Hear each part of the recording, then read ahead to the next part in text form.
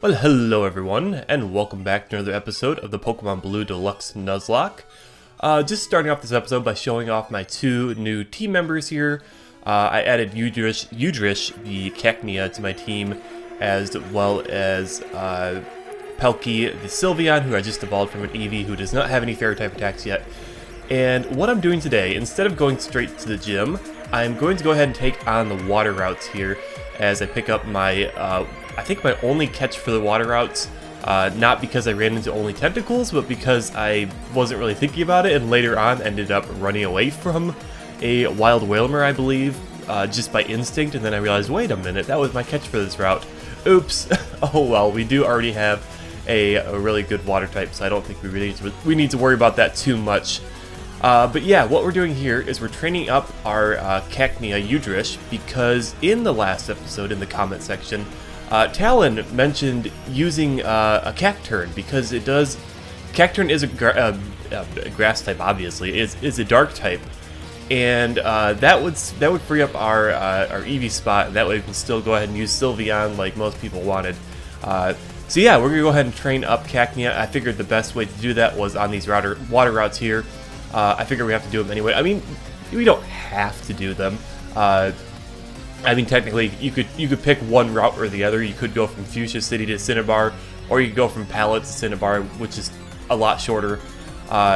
Coming from Fuchsia, you do have to go through Seafoam Caves, which we're coming up to right here after we fight a trainer real quick. At which point, I tried to get through the cave, and as you see, I cut back to Pallet Town. I tried to just walk through the cave, but it ended up being just long, and I didn't feel like doing the puzzle, and I didn't really want to fight Articuno, because there's not any reason to do that, so eventually I just ended up leaving and going back to Pallet Town, at which point I picked up this Tangela, who I nicknamed Setsin, so that's another a new catch for us on this route. I figured it'd be better than another water type, although I think Tangela is normally the Pokemon you can find there. I want to say you can get Lickitung there sometimes, but I don't know. I mean, there's probably some other stuff that the hack adds, but I didn't get a chance to look for it. So that Tangela will probably not see use. I mean, especially since we not only have Fenyon, our amazing grass type, but we're also training up another one. Speaking of which, I made a fairly serious error when I was training up Udrish, in that it learned a Leech Seed by level up. And I was just clicking through the text. I wasn't even looking at it. I think I was like watching a YouTube video on my other monitor, and accidentally deleted Absorb, which was Cacnea's only grass type attack. Now Cacturn, as you can see that he or she evolved. But unfortunately, I did end up replacing the only grass type attack. And I've already used up my Giga Drain TM that I got in the Celadon City Gym on Tallow, our Galvantula. For some type coverage, so I don't have a way to replace that right now. You can buy the Giga Drain TM from, I think it's from the Pokemart in the Elite Four, so that's going to be a while from now. And as you can see here, I just went ahead and stocked up on some more items while I'm in Cinnabar. I think I sold a couple things, sold off my Pokeballs and Great Balls and my lesser potions, so that way I can just go ahead and fill up my inventory with the better stuff. Just because inventory space can be kind of an issue, especially if we're going to be heading into some dungeons eventually, such as Pokemon Mansion, which I think we're probably going to do next episode, but we'll just have to see. One nice thing about the water routes in this game is the fact that they have some little platforms there that have some trainers that have some non-water types, so it's always nice to see a bit of variety. But it looks like we're about to come up to the end of the sped up section as we reach the other end of Seafoam Caverns.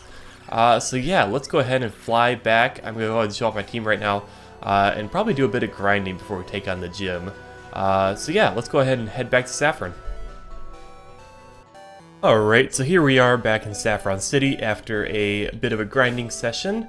I went over to the route to the right of Fuchsia again, where there are wild Happies that give quite a bit of experience, despite being fairly low level. So, we got Pelkey the Sylveon up to level 40. We ended up getting Dazzling Gleam as a TM. It was back in Lavender Town, I believe. And we also learned Swift as a backup attack, I suppose. Although that is a physical attack because it's normal type, so that won't be too good. But it's something. And then we have Udrish, who actually has a pretty good attack and special stats, so that should be Pretty interesting there. We got Dark Pulse, Leech Seed Growth, and Pin Missile, so we do have 2 different types of attacks to hit Psychic types with. Although no grass moves. As I said, I did accidentally delete Absorb, and there wasn't anything else available.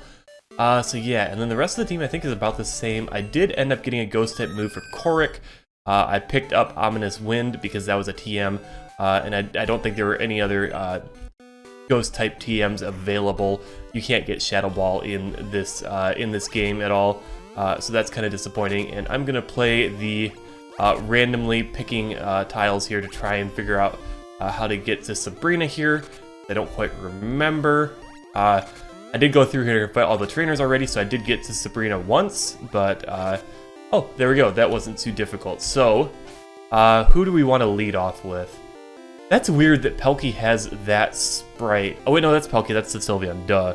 For some reason, I got Pelkey mixed up in Udrish, and I was like, why does a Cacturn have the cow-looking sprite? And then I realized I was mistaken. Okay, so actually, we were in our Pokemon screen because we want to switch our team up. I'm gonna lead with Udrish because I don't know what to expect. I am thinking that Sabrina might have something like a Slowbro or maybe even a Slowking. Because one of the gym trainers had a Slowbro. And to be fair, some of the gym trainers had like ghost types and stuff like that, but that's pretty par for the course when it comes to Gen 1 gyms. They tend to have a lot of Pokemon that aren't normally of their gym type. And Sigilyph is not really what I wanted to see. That's gonna have... Is it gonna have some flying type moves? It's gotta have flying type moves. Let's bring in... I think Korik would be a safe bet. Let's do Korik. And we'll see if it brings out like a wing attack or something against us. Light Screen is a little annoying, but luckily Ominous Wind is a physical attack. See how much that does. It's not a real high base power move. Ooh, and it's using Mirror Move. That shouldn't do too much though, yeah, because that's not coming off same type attack bonus like ours is. But yeah, this attack only has like 60 base power, but it does have a chance to raise all your stats. So if we do get that stat boost, I might stay in with Korik, but it looks like that's not the case. Mr. Mime, who I think is going to have his Fairy type? Possibly? In which case, it would resist... What does Fairy resist? Fairy resists Dark, right? So it'd be neutral to Dark. I think it'd be neutral to Bug as well. So what we need to bring out... Let's leave Korik in for this one, I think. Mr. Mime really doesn't have much to hit us with, I don't think. It can probably use like Psychic or something like that. But other than that, I don't think it has a lot of coverage moves, and that was an easy knockout. Still no stat boost from Ominous Wind. Is that even a thing in Gen 1? Is it possible to code the mechanics of the game to do that? So anyways, we got a Malamar. The Malamar is going to be a Dark and Psychic type. So... Bug types will be quad super effective against it. Hallow is super fast, so this should be a one-hit knockout, I would assume. Yep, there we go. And then the last Pokemon I would assume would be an Alakazam. Yep, there's that Alakazam. Okay, so now we can bring in Udrish, who I trained up specifically for this gym, but who still hasn't really seen any use other than being sent out at the beginning. So do what you were trained up to do. Is Dark type a physical or special type? It's got to be special type, right? Because it's special type. It's a special move in Gen 2. That makes sense. I don't know what I was going on with that. And there goes that Alakazam. We handled that pretty easily. And in fact, we probably could have done quite all right without Udrish. Not to downplay Udrish's contribution, but I think we would have been fine without him.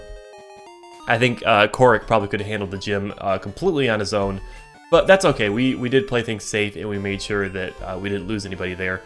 And we are up to 6 gym badges, and we still haven't lost any Pokemon, so that is always a nice thing. Although I think in the Pokemon Silver Nuzlocke, I hadn't lost any Pokemon until after like the 6th gym or something like that. Or maybe, no, that's not it. Some along those lines. It was pretty late into the game, I think, when I lost my first Pokemon there.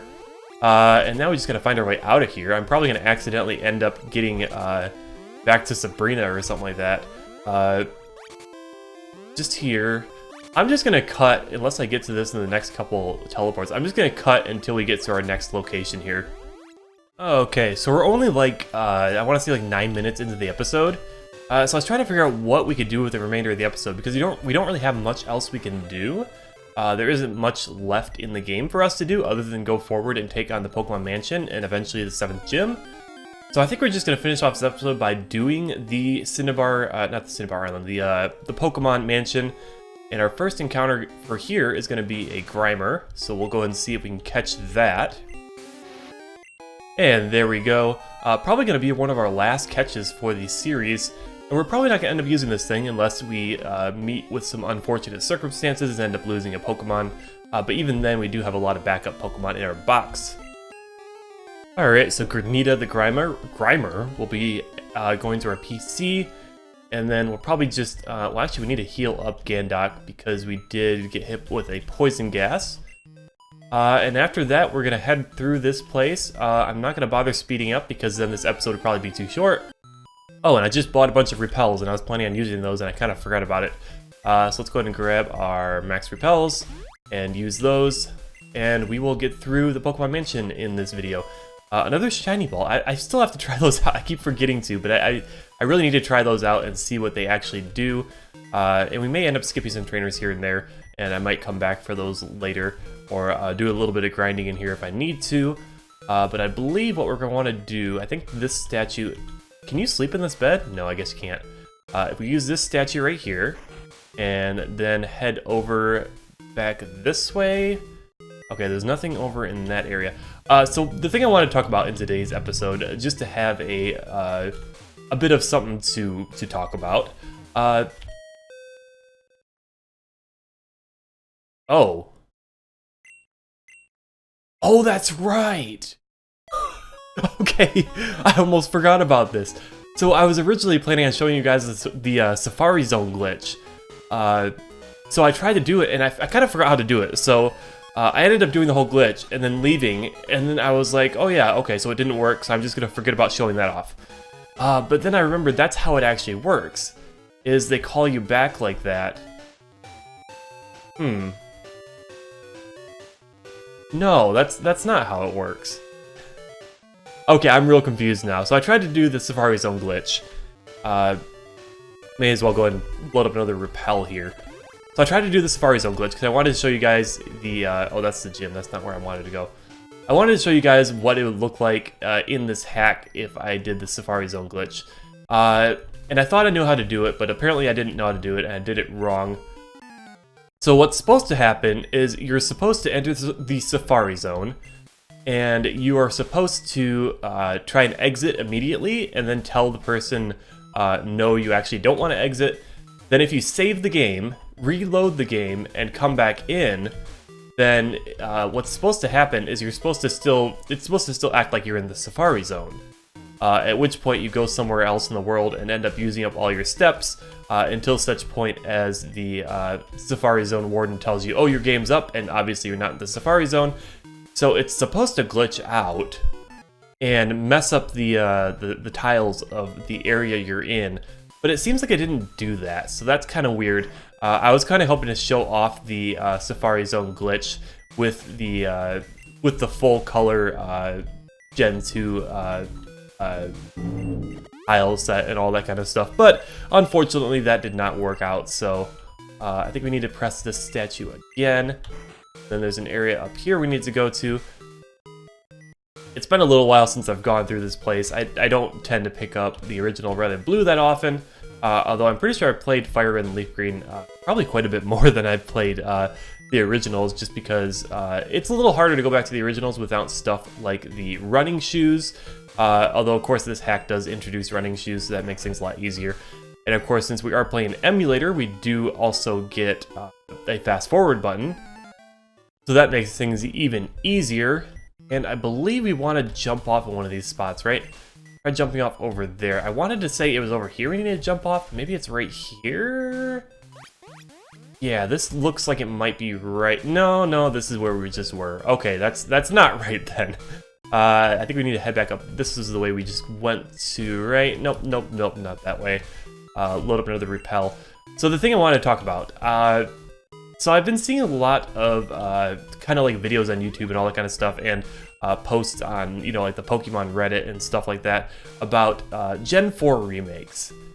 And obviously, I mean, it does seem like Game Freak is going through and kind of remaking every single generation, because obviously we have seen remakes for Gen 1, Gen 2, and now Gen 3. So it does almost seem like a logical conclusion that we would end up getting remakes for Generation 4 as well. But I don't know how I feel about that, because here's the thing. I mean, for me, I guess this is probably just for me personally. I'm sure there are plenty of people out there who would disagree with me, but I don't have much nostalgia for Gen 4. And I honestly, I probably only played the Gen 4 games a small handful of times. Because Gen 4 was the first generation I played at a point where I would no longer consider myself a kid. So I don't really look back on Gen 4 and have the same kind of nostalgia that I had for, say, Gens 1, 2, or 3. So it's a little different. We gotta check out these stairs down here, I think. It's a little different for me. I don't really think that... I just feel weird about having a Gen 4 remake, because for me, Gen 4 still seems like a new generation. Like, it really doesn't seem like that long ago that it came out. Although, to be fair, I didn't play it right when it came out. I didn't play Gen 4 until Pokemon Platinum.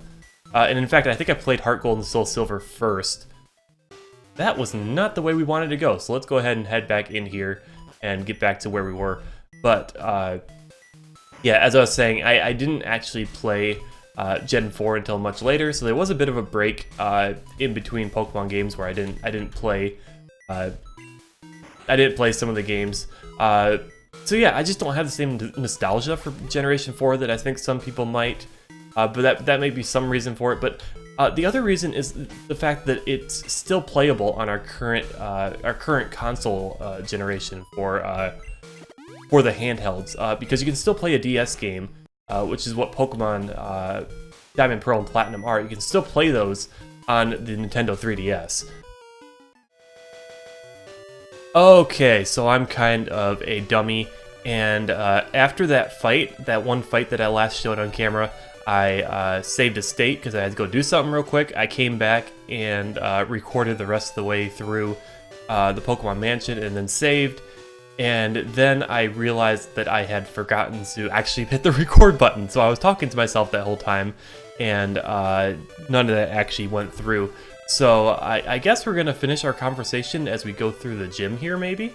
So basically what I was saying is that I don't think Gen 4 really needs a remake, just because the number of mechanics that have changed since the last... Since Gen 4 came out, there really haven't been that many mechanic changes. How is that not correct? Caterpie doesn't evolve directly into Butterfree. That's a little confusing. But yeah, we haven't had a significant number of mechanic changes since Gen 4 came out. The only thing significant that I can think of is the fact that TMs are now reusable. But other than that, there hasn't really been much added to the series. At least going from the Gen 3 remakes, at least we got the physical special split, and I feel like probably a couple of other things as well. I just feel like there haven't been significant enough changes to the series as a whole to really warrant getting a remake. But I don't know, I'm curious to see what you guys think, so go ahead and post in the comments if you have an opinion on the Gen 4 remakes. I did kind of mean to talk about that for a little bit longer, but of course part of that got cut off because I messed up with saving through the Pokemon Mansion. And it's kind of hard to keep a conversation going while going through all these random trainer fights here. Okay, and I ran back and healed, and I guess we're just gonna go ahead and take on Blaine right now. I wasn't planning on doing this episode. I was kind of planning on spacing it out so we had one gym fight per episode, but we kind of got through everything and we still have a little bit of time left, I believe. In fact, I think we still have plenty of time left, especially for a fire-type gym leader who we are very prepared for. We have Gandock, who we used them for the entire Pokemon Mansion, and we also use him for all the gym trainers here, so he's quite leveled up. We'll be using him to probably one-hit KO most of Blaine's Pokemon. I don't really anticipate having any issues here. I don't think there's much in terms of Pokemon Blaine could potentially have that could be a threat. Rapidash, not a big deal. I realized maybe I should be using Earthquake. I think Gandock has a higher physical attack, and Earthquake is a higher base power move. And that was the best that Blaine could hit us with, I guess. Stomp, which was a critical, and still didn't do too much. So I know he's probably going to have an Arcanine. Camera up, not a big deal. We will hit that with a Surf because quad super effective Surf is always a good choice. And yeah, that Arcanine's probably going to come out, and then after that, I don't know what other Pokemon he has. I know he has 5. I think in the default game he has like a Growlithe, a Ponyta, and then a Rapidash and an Arcanine for some reason. But yeah, so the Arcanine is his ace. Maybe he has a Magmar. I know in the anime he has a Magmar. So this thing is his highest level. It's actually higher level than our Gandalf right now, but still probably going to go down in maybe 1 hit. Yep, there we go. Perfect. And then the last Pokemon is going to be Magmar, just like I said. So is this thing going to be higher level then? Whoa, 52! That is a pretty high level. Luckily, I don't think Magmar has anything to hit us with super effectively. I don't think it can learn any grass type moves, so this should do a decent amount. Yeah, I wasn't expecting to get into the level 50 range just yet. I don't know if that's like that in the default game. I feel like maybe the Arcanine is his highest level in the default game. So yeah, there we go. We took on 2 gyms in this episode. That was definitely more than I'm planning on doing. So that means next episode, all we have to do is go up to Viridian and take on Giovanni, and then we'll probably do Victory Road next episode too, which leaves us to do the Elite Four in episode 8. So that will probably be the end of the series. This ended up being a really short series because of the way I edited it. Just because I cut out so much and I sped up through so much. But I mean, I think I showed off the bulk of the game, and I think that's probably good. And obviously we got to the interesting bits. And yeah, there should probably, I mean, I know we're not ending the Nuzlocke right now, but there should probably be another Nuzlocke coming pretty soon after this one ends. So don't worry, don't fret too much that this series is already coming to a close pretty soon. But anyways, that's probably going to be the end of the episode. I mean, in fact, that is going to be the end of the episode. So thanks for watching, guys. I hope you enjoyed. Next episode, we're going to get through the last gym and Victory Road. I'll see you then.